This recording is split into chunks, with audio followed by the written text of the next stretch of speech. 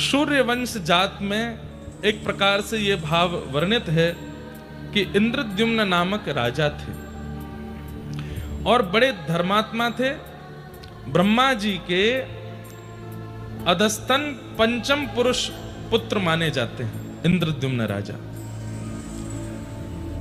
इंद्रद्युम्न राजा का यहां पर स्वरूप इतना सुंदर वर्णन किया गया। वे सत्यवादी हैं, वे सदाचारी हैं, निष्पापी हैं, सात्विक श्रेष्ठ हैं। मतलब ये गुण वो हैं जिन गुणों से ठाकुर जी रीझते हैं। सत्यवादी हैं, सदाचारी हैं, सात्विक निष्ठ हैं, न्याय मार्गी हैं, आत्म तत्व को जानने वाले और ज्ञान चर्चा को बड़े ध्यान से श्रवण करने का आपका स्वभाव है। लेकिन ये सारे लक्षण तो कई लोगों में आपको अनुभव हो जाएंगे। तो एक ऐसा कौन सा विशिष्ट लक्षण है इंद्रद्युम्न राजा का जिससे महाप्रभु जगन्नाथ इतने प्रसन्न हो गए, इतने आसक्त हो गए? तो कहते हैं इंद्रद्युम्न राजा को एक कह लें, कोई अतिशयोक्ति नहीं, एक व्यसन है। काय का व्यसन? कि आप हर सप्ताह विश्व के समस्त तीर्थ यात्रियों को, काशी के राजा हैं, काशी बुलाते हैं और काशी में बुलाकर के समस्त उन तीर्थ याटन करने वाले वैष्णवों से तीर्थ की महिमा सुनते हैं। आप स्वयं राजा हैं, बार बार सारे तीर्थों में नहीं जा पाते और कई बार राजा क्या करते हैं, अपने नगर में ही समस्त तीर्थ यात्रियों को निमंत्रण देते हैं, बाकायदा पालकी से उनको बुलवाते हैं और सभा में बैठा करके प्रत्येक तीर्थयात्री वैष्णवों को प्रणाम करते हुए कहते हैं, आप कौन से तीर्थ में दर्शन करने गए? बोले हम तो बद्रीनाथ गए थे। अच्छा, जरा वहां का बताइए ना, कैसा है बद्रीनाथ? वहां की पूरी महिमा सुनते हैं और नेत्र बंद करके अपने तन को भले ही काशी में रखा हो लेकिन मन से बद्रिकाश्रम पहुंच के पूरे बद्रिकाश्रम का दर्शन करके आ जाते हैं और फिर उस तीर्थ यात्री का सम्मान करते हैं कि आपकी कृपा से हम यहीं बैठे बैठे बद्रिकाश्रम हुआ है। फिर दूसरे तीर्थयात्री के पास बैठते हैं, आप कहां से आए? बोले हम दक्षिण भारत में रामेश्वरम से आए। अच्छा, वहां की महिमा बताइए। इस प्रकार सर्वगुण संपन्न होते हुए भी, अष्टादश विद्याओं से युक्त होते हुए भी, इतने ज्ञानी और इतने योग्य राजा होते हुए भी आपके अंदर इतनी दीनता है कि आप तीर्थ यात्रियों के बीच में बैठ करके तीर्थ की महिमाएं सुनते रहते हैं। तभी आपने एक जिज्ञासा प्रकट की, क्या कभी ऐसा हो सकता है कि पूरे विश्व को साक्षात परमात्मा का कभी अनुभव हो? क्या ऐसा कोई तीर्थ है या ऐसा कोई धाम है जहां साक्षात सचल भगवान विराजमान हो और उनका दर्शन हम मानव कर सके? वैष्णवों, मेरी प्रार्थना है, क्या इस धराधाम पर ऐसा कोई स्थान है? आप सबसे हमारी प्रार्थना, बिल्कुल हिलो डुलो भी नहीं, सब लोग ध्यान से सुनो। कोई ऐसा स्थान है जहां साक्षात पर ब्रह्म को अपनी चर्म चक्षुओं से हम देख सकें? और इंद्रद्युम्न राजा कहते हैं, क्या कोई ऐसा स्थान है जहां पूरे जगत को चलाने वाले साक्षात पर ब्रह्मनाथ विराजमान हो और हम अपने चर्म चक्षुओं से उनको देख सकें? क्या इस पृथ्वी पर ऐसा कोई स्थान है? एक प्रकार से इंद्रद्युम्न राजा ने घोषणा करके इसको पूरे विश्व में फैलवाया, इस प्रश्न को, कि है कोई ऐसा स्थान जहां साक्षात पर ब्रह्म का दर्शन मानव कर सके? तब एक वृद्ध से परम वैष्णव, परम विद्वान, ललाट पर अति तेज है, ऐसे एक तीर्थयात्री परम वैष्णव महात्मा उस सभा में आए और उन्होंने आकर के कहा, राजन, आपका प्रश्न मुझे प्राप्त हुआ तो मैं दौड़ा चला आया आपके पास। आपकी जो जिज्ञासा है शायद उसका समाधान मेरे पास है। ये सुनते ही तो इंद्रद्युम्न राजा बोले, क्या हम जीवात्मा प्रत्यक्ष ठाकुर जी को देख सकते हैं? बोले हाँ, एक स्थान है। कहां पर? बोले मैं अपने बाल काल में वहां दर्शन करने गया था। कौन सी जगह है वो? दक्षिण मुखी, दक्षिणस्थ महोदधि यानी कि समुद्र नारायण, उनके तट पर एक क्षेत्र विराजमान है जिसका नाम है श्री पुरुषोत्तम क्षेत्र। श्री पुरुषोत्तम क्षेत्र में आननाव्रत एक वन है और उस वन को चारों ओर से वन ने घेरा है। बीच में एक सुंदर सा छोटा सा एक पर्वत है जिसका नाम है नीलगिरी। बंधुओं, वहां पर एक कल्प वृक्ष, एक वट वृक्ष है, वहां पर एक रोहिणी कुंड भी है। वहां साक्षात ठाकुर जी विराजमान है, परमात्मा विराजमान है। किस रूप से, किस नाम से? श्री नील माधव भगवान। नील माधव भगवान के रूप में वहां पर ठाकुर जी विराजमान है। ऐसे ही पूछते पूछते पूछते वैष्णवों से उनके संग बैठ के सत्संग करते करते रात्रि में इंद्रद्युम्न सोए और जैसे ही सोया स्वप्न में उसको एक पर्वत दिखाई दिया। उस पर्वत में सुंदर गुफा है और उस गुफा के भीतर त्रिभंग लली श्याम सुंदर बिल्कुल नील मणि की तरह चमक रहे हैं। अद्भुत उनकी छटा, ऐसा अद्भुत दर्शन करने लगा। उनका दर्शन करके नेत्र आनंदित हो गए। उनकी सुंदर चरण की उनके सुंदर अंग की सुगंधी इंद्रद्युम्न को आने लगी। उनकी वो एक क्षण की झलक इतनी सुंदर, इतनी मनमोहक थी। छटपटा करके नेत्र खुले इंद्रद्युम्न के। ये मैंने कैसा दृश्य देखा? ये कौन थे? ये कहां के ठाकुर जी? मैंने इतने तीर्थयात्रियों से पूछा पर ऐसा स्वरूप तो किसी ने मुझे वर्णन नहीं किया। अत्यंत व्याकुल हो गया इंद्रद्युम्न। अब तो जो भी तीर्थयात्री आए उनके तीर्थ की चर्चा ना सुन के अपना हृदय का भाव बताता। ऐसी आंख है, ऐसी कमर है, ऐसा मुख है, ऐसे चरण हैं। आपने इनके बारे में सुना? ये कौन है? पर्वत पर रहते हैं। वैष्णव जन कहे नहीं, हमने तो नहीं देखा। अत्यंत व्याकुल हो गया इंद्रद्युम्न। संतों की खूब सेवा करता, बस मन में यही चिंतन था, बस इनका पता मुझे लग जाए ये कौन है जो मुझे स्वप्न में दिखे। बंधुओं, एक बात बताएं, ये इंद्रद्युम्न के साथ हुआ ये तो हमने पढ़ा है। तभी उसके स्वप्न में पुनः वह ठाकुर जी प्रकट हुए और प्रकट होकर के उन्होंने अपना नाम बताया। हे इंद्रद्युम्न, मैं नील माधव हूं। मैं तुम्हारी भक्ति से बहुत प्रसन्न हूं और तुम पर अनुग्रह करना चाहता हूं। नीलाचल पर्वत पर मेरा निवास है। आदिवासियों से ही मैं अपनी सेवा कराता हूं। इससे ज्यादा संकेत मैं नहीं दे सकता। तुम स्वयं खोज करके मेरे इस अनुग्रह को स्वीकार करो। इंद्रद्युम्न अत्यंत प्रसन्न हो गया। थोड़े थोड़े संकेत उसको मिल गए थे।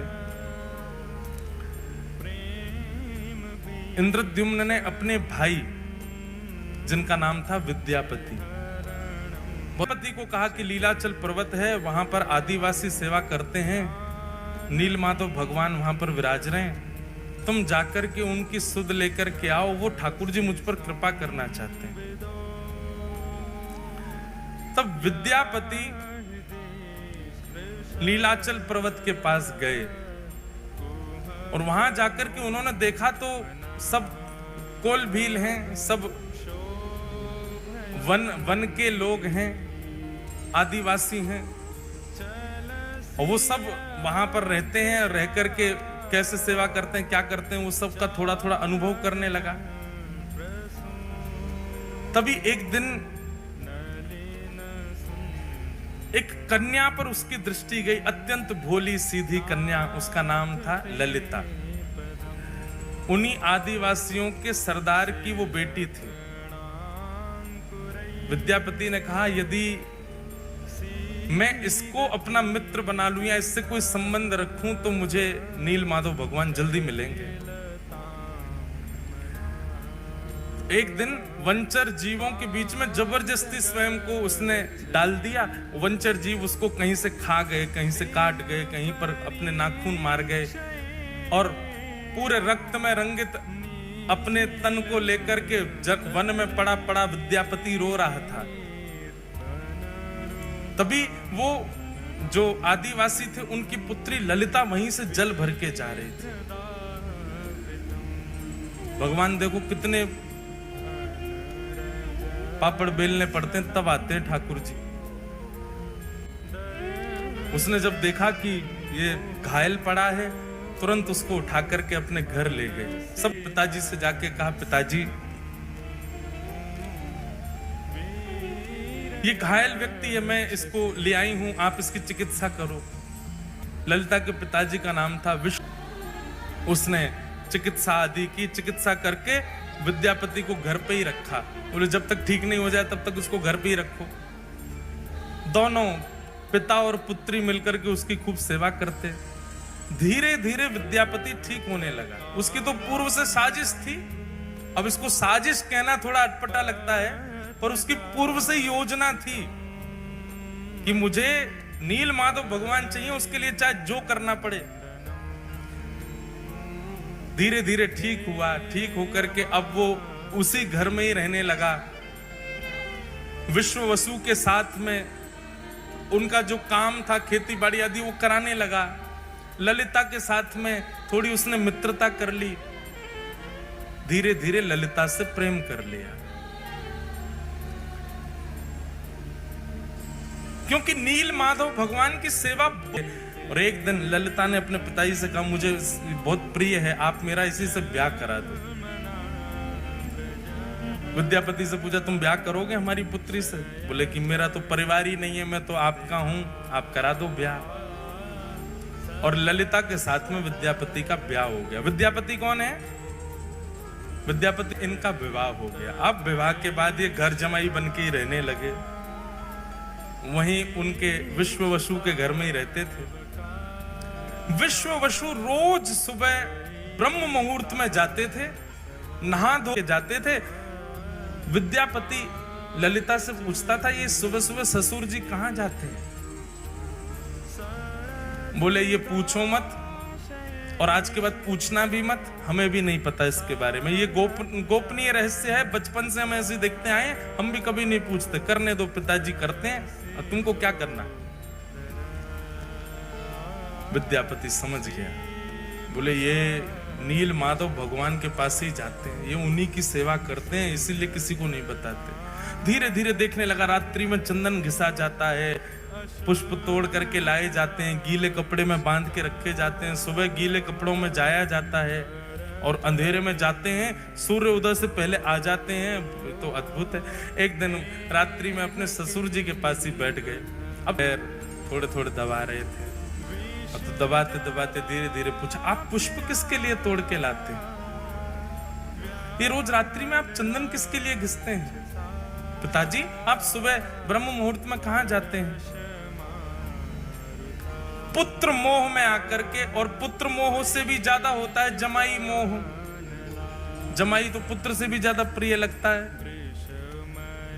तो धीमे से प्रसन्न होकर के देखो, अब तो तुम हमारे घर के सदस्य हो, किसी को बताना मत, और तुम तो हमारे प्रिय हो, मुझे तुम पे बहुत भरोसा है। मेरी पुत्री तुमने स्वीकार की, किसी से कहना नहीं।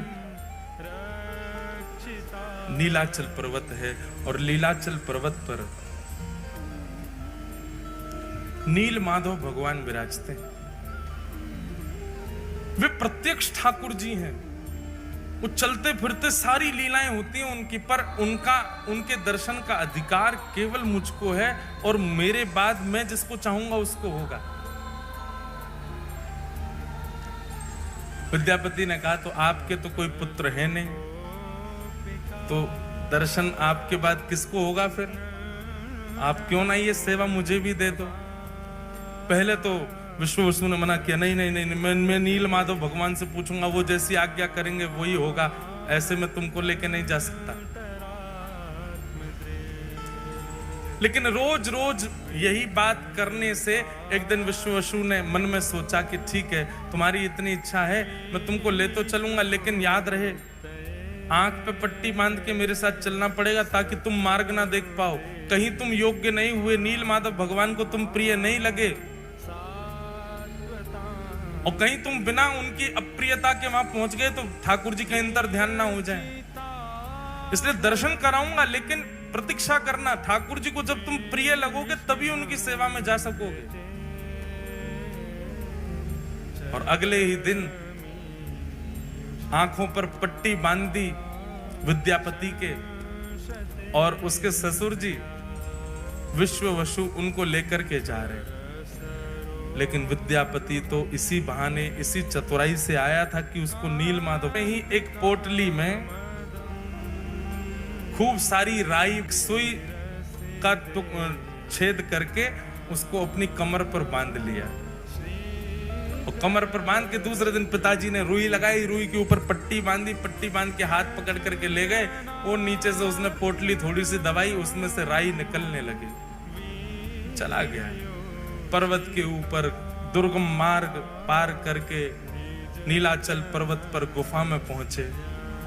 और गुफा में जाकर के नील माधव भगवान की सेवा आदि करने के बाद कहा कि, और जैसे ही उसकी पट्टी खुली, सामने नील वर्ण के श्री नील माधव भगवान मंद मंद मुस्कुरा रहे हैं, कटाक्ष कमल नेत्र हैं, सुंदर ठाकुर जी का वपु दिखने लगा।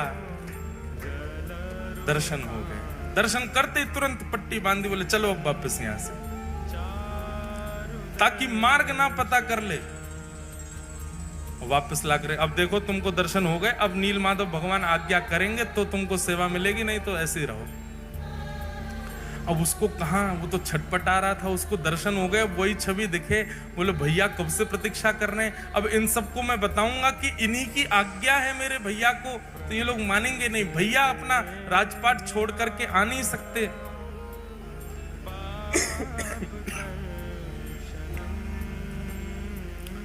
विद्यापति ने कुछ दिन प्रतीक्षा की। कुछ दिन प्रतीक्षा के बाद एक दिन सुबह सुबह उठ करके उसने मन में विचार किया कि अब सरसों पौधे बन गए होंगे, और उसी मार्ग के पीछे पीछे जाके मैं देखूं कैसे है नील माधव। सुबह उठ करके जैसे ही तैयार हुआ, पत्नी उठ गई। पत्नी ललिता पूछने लगी कहां जा रहे हो? बोले देवी पुष्प लेने जा रहा हूं, ठाकुर जी की सेवा करूंगा, तुम्हारे लिए गजरा बनाऊंगा। ऐसा कहकर के चला गया। ललिता बोली आज तक तो कभी लाए नहीं गजरा, आज तक तो कभी सेवा के लिए पुष्प लाए नहीं, आज अचानक।